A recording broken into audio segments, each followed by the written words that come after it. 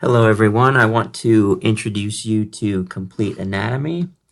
I want to tell you how to get it and talk about some of the hardware requirements for using this application.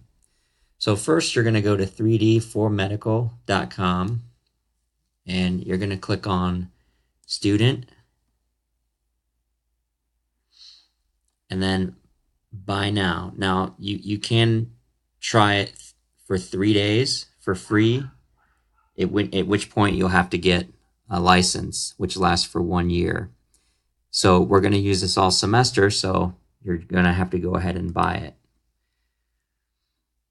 So when you buy it, you're going to be billed $34.99 for 1 year. Make sure you cancel your subscription unless you plan on keeping it, because then you will be billed next year for the normal subscription price of $74.99.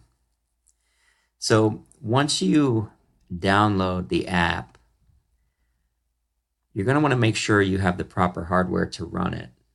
So if you check out the Help Center,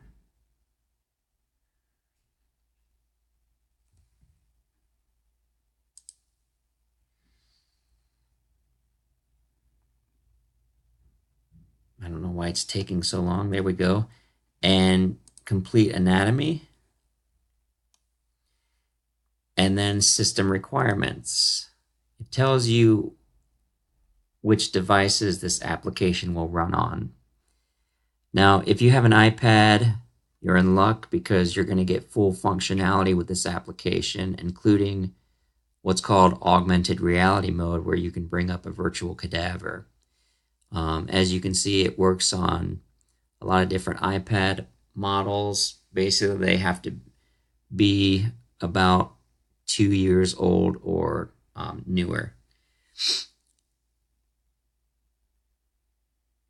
And then here it tells you that the AR mode is functional on the iPad Pro, and the newer models. If you have a Mac, there's pretty good support for Macs going back quite a while, since 2009. A number of different Mac models.